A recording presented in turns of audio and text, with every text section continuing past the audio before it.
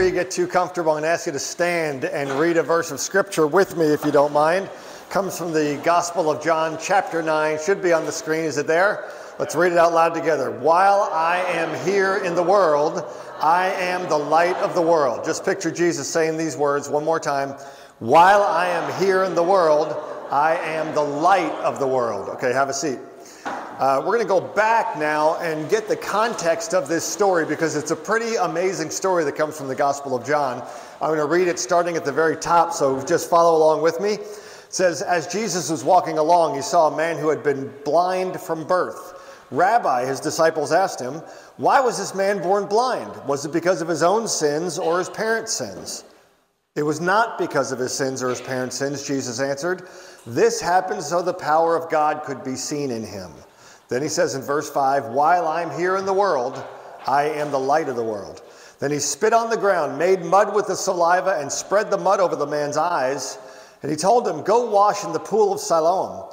So the man went and washed and came back seeing. His neighbors and others who knew him as a blind beggar asked each other, isn't this the man who used to sit and beg? Some said he was, others said, no, he just looks like him. But the beggar kept saying, yes, I am the same one. They asked, who healed you? What happened? He told them, the man they called Jesus made mud, spread it over my eyes, and told me, go to the pool of Siloam and wash. So I went and washed, and now I can see. Where is he now? They asked. I don't know, he replied. Then they took the man who had been blind to the Pharisees, because it was on the Sabbath that Jesus had made the mud and healed him. The Pharisees asked the man all about it. So he told them, he put the mud over my eyes, and when I washed it away, I could see.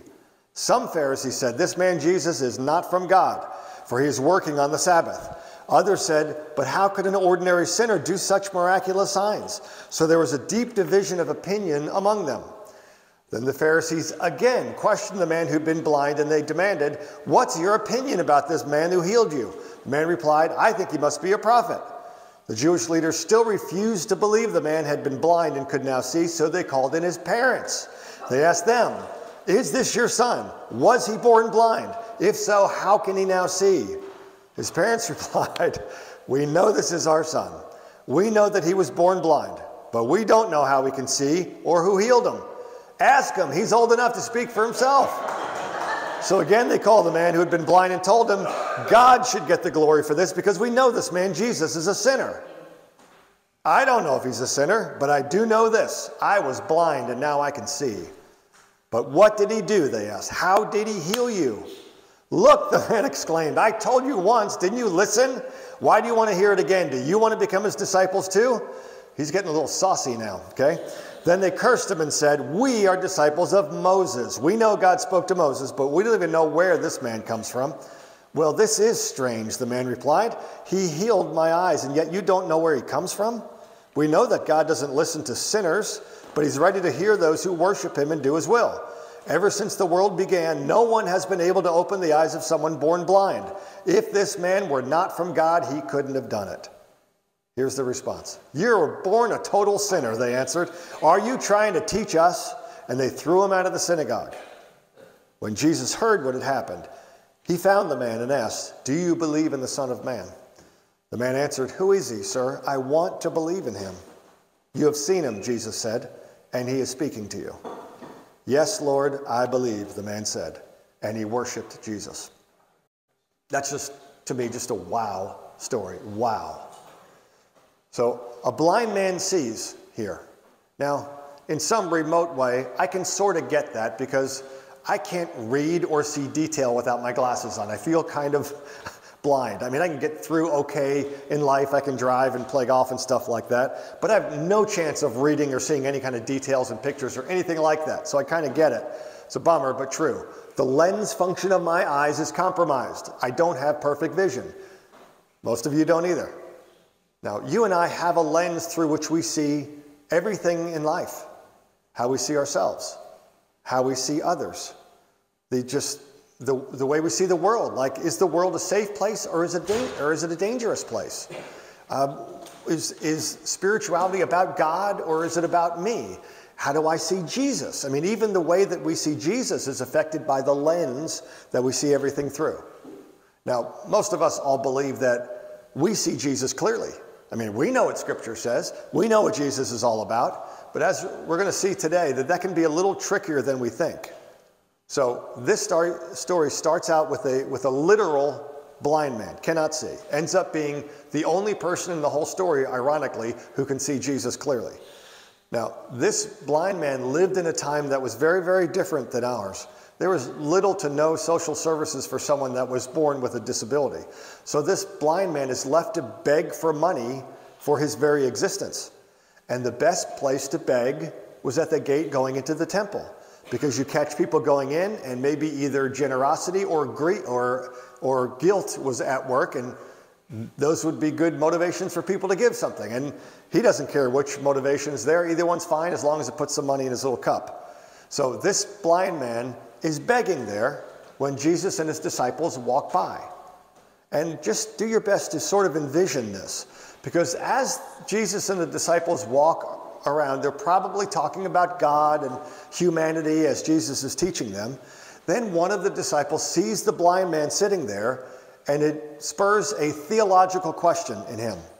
Now, it's interesting to me to see what question he does not ask. He doesn't say to Jesus, "Why is there suffering?" And he doesn't even go a little more specific with it and say, "Why is this man in particular suffering?"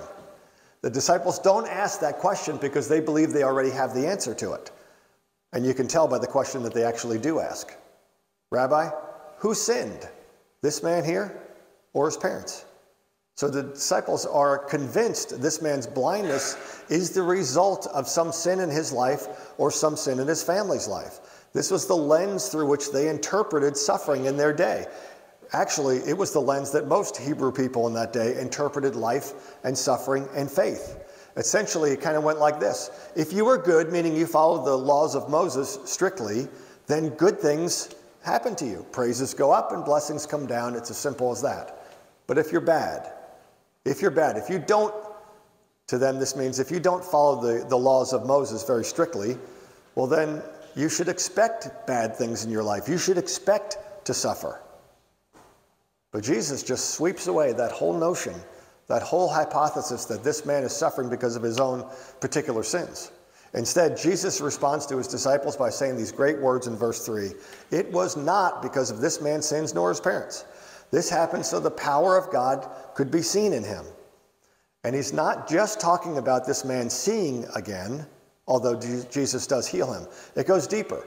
Jesus is going to shine some light on this situation and reveal something to everyone that's there listening and watching. He reveals two ways that human beings tend to miss out on God. And in this story, Jesus reveals two really, really important barriers to seeing spiritually. The first one is just simply called spiritual blindness. Now this, I am happy to report, is something that Jesus will gladly heal anyone of. Anyone. The second one is a little more difficult. The second one is spiritual pride. Spiritual pride. Now that, as it turns out, is much more difficult to cure. But first, let's just take a moment at spiritual blindness.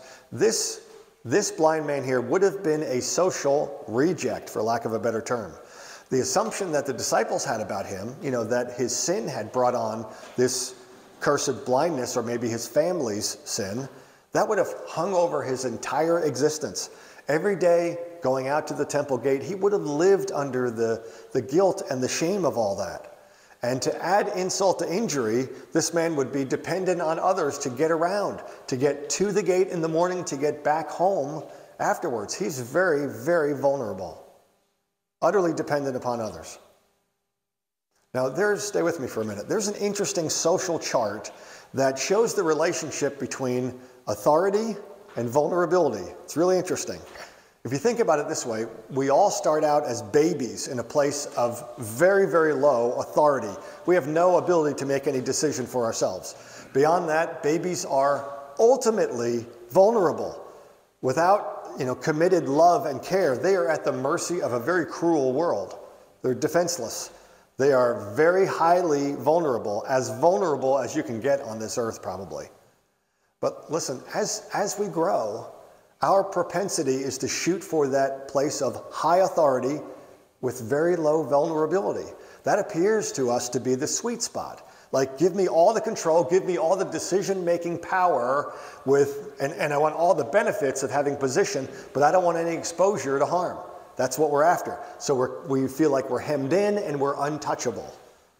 That's the American dream, kind of. Now, be that emotional or physical or financial even, we want that place of high authority and low vulnerability. We want that. We pursue that.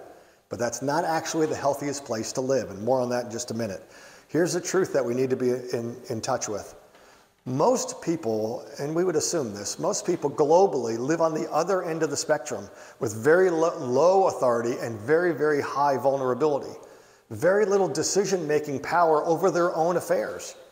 But not only that, they are also exposed to very high vulnerability, very little protection of their own interests. Most people live in that place. There are countless people who only exist really by the generosity of others. And they live under the authority of others regularly, sometimes very bad people. And they have almost no control of their own. So, here's a question. Where would our blind man fit on that authority vulnerability scale? He is way down on the vulnerability thing, and he has no authority. It is what most of us try to avoid like the plague. We don't want to be in that spot. But notice that the blind man doesn't even ask Jesus to heal him. He doesn't ask. He doesn't even ask Jesus and the disciples for money. And the disciples, knowing this man's social position, they just talk about him right over his head as if he's some sort of prop or something. They're just talking about him. Like, so what about this guy here? Was it his sin or was it his family's sin that brought on this shame? I mean, obviously, he's such a loser. I mean, that's their approach to the whole thing. It's awful. This guy had been told his whole life that he had done this to himself or his family had done it to him. And then Jesus comes along and says, this man is going to display the glory of God. I mean, that must have shocked the disciples. They're still talking over the guy's head. And Jesus says he's going to show the glory of God. Now, even if we stop the story right there and Jesus walks away, he's given dignity to the rejected man. He's elevated the outcast, so to speak. But Jesus is not done with him. And Jesus frames what he is about to do by alluding to his greater purpose for coming into the world. And he says this in verse 5, while I'm here in the world, I am the light of the world. He's here to reveal the glory of God in our world to bring restoration. Jesus is the light that dispels darkness, and he brings about this sort of illumination in our world. And he's about to do that in this man's life.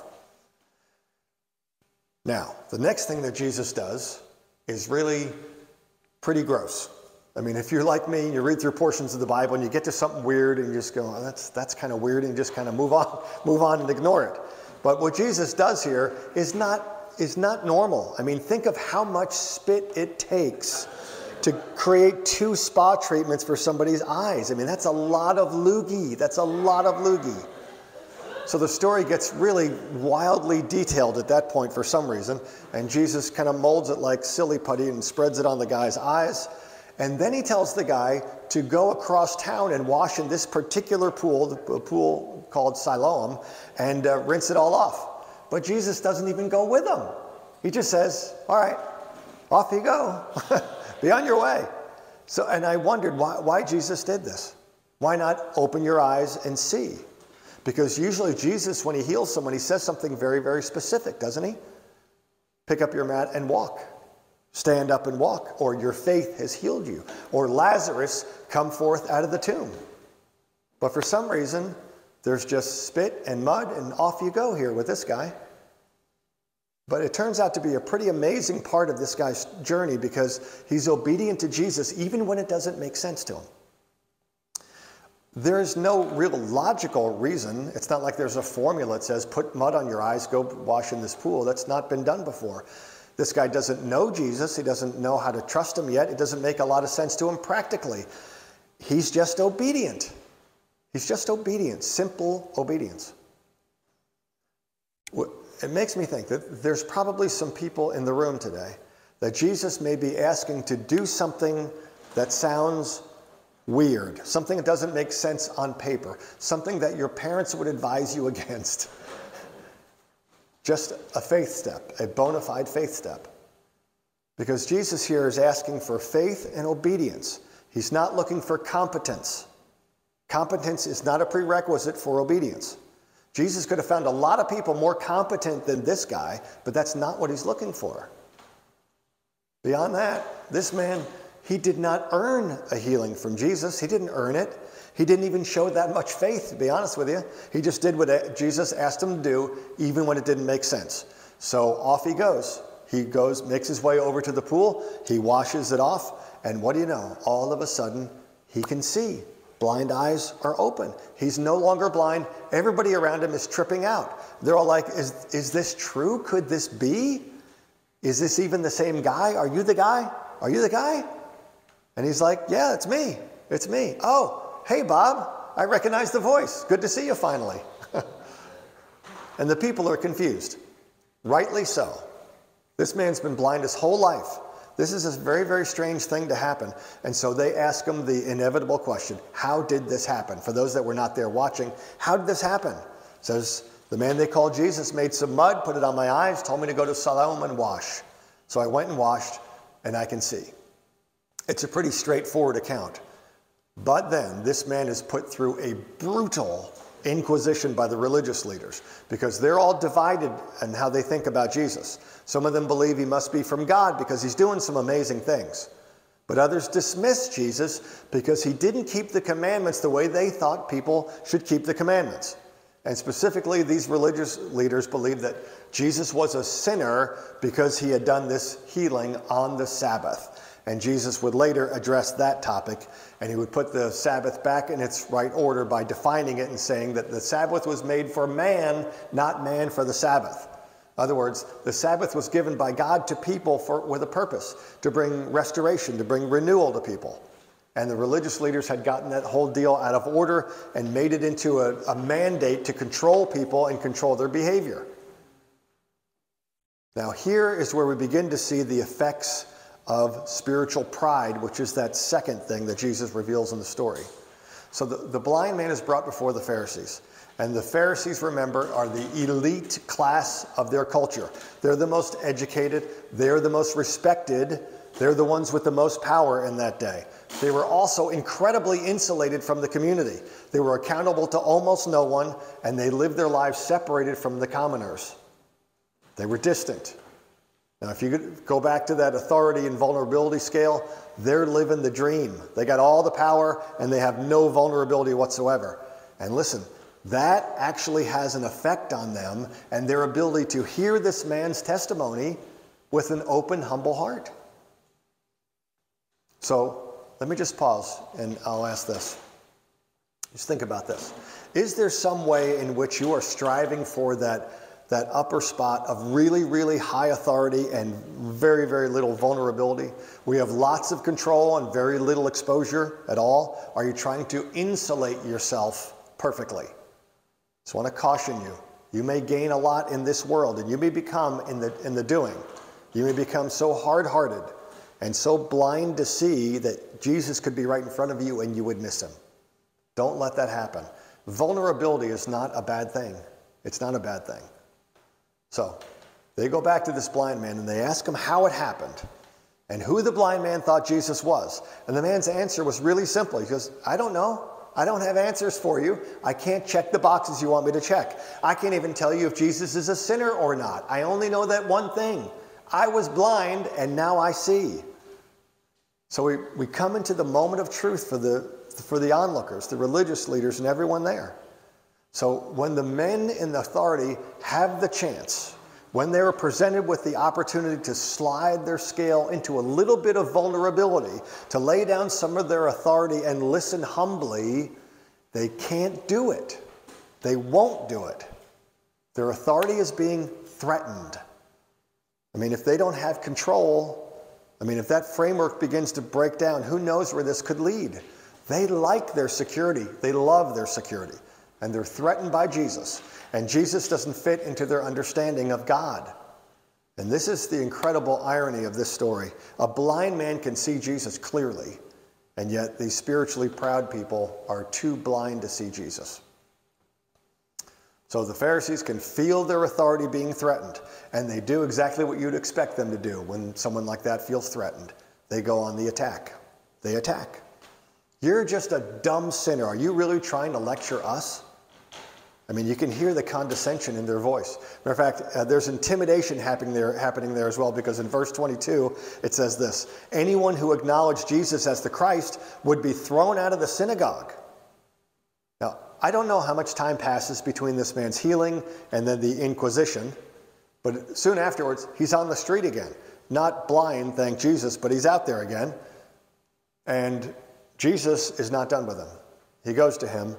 And in verse 35, this is so beautiful. It says, Jesus heard they had thrown him out, and when he found him. I love that verse. Jesus had heard they threw him out, and so Jesus went looking for him. And then he found him, and he says, do you believe in the Son of Man?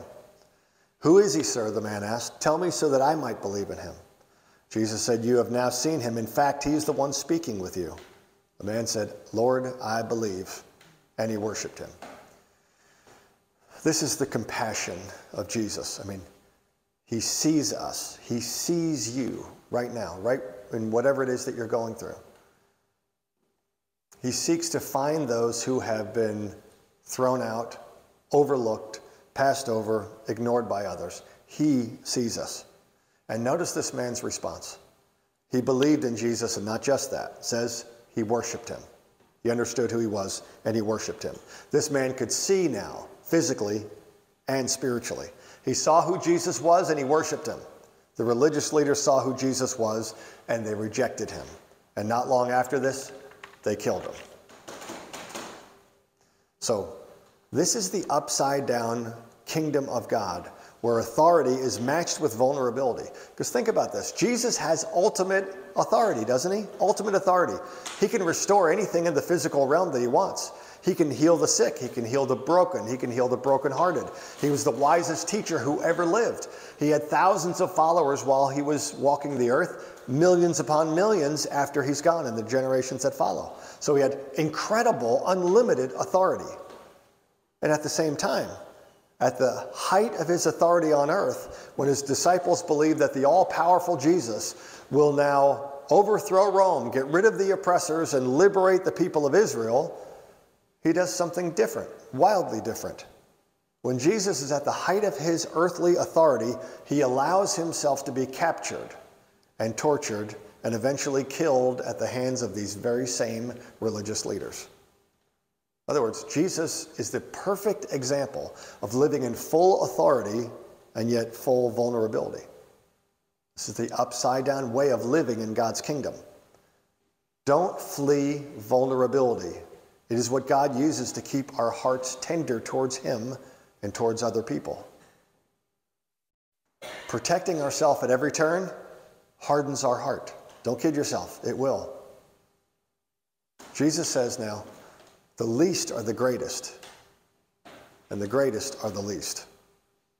And that's the kingdom we're a part of, those of us that call ourselves followers of Jesus. All right, back to the beginning of the message. Jesus calls himself there the light of the world, the light of the world. But this incredible thing happens when you begin walking with Jesus. His light begins to shine in you and then through you. And then Jesus shifts from saying, I am the light of the world, to you are the light of the world. It's a beautiful thing. Look how he puts this in Matthew chapter 5. You are the light of the world. People don't light a lamp and put it under a bowl. Instead, they put it on its stand, and it gives light to everyone. In the same way, let your light shine before others, that they may see your good deeds and glorify your Father in heaven. So, what about you? What about you and what about me? How can we be the light of Christ in our world this week? This week. Like, how do we bring this from, this ethereal place down into my life and into your life this week?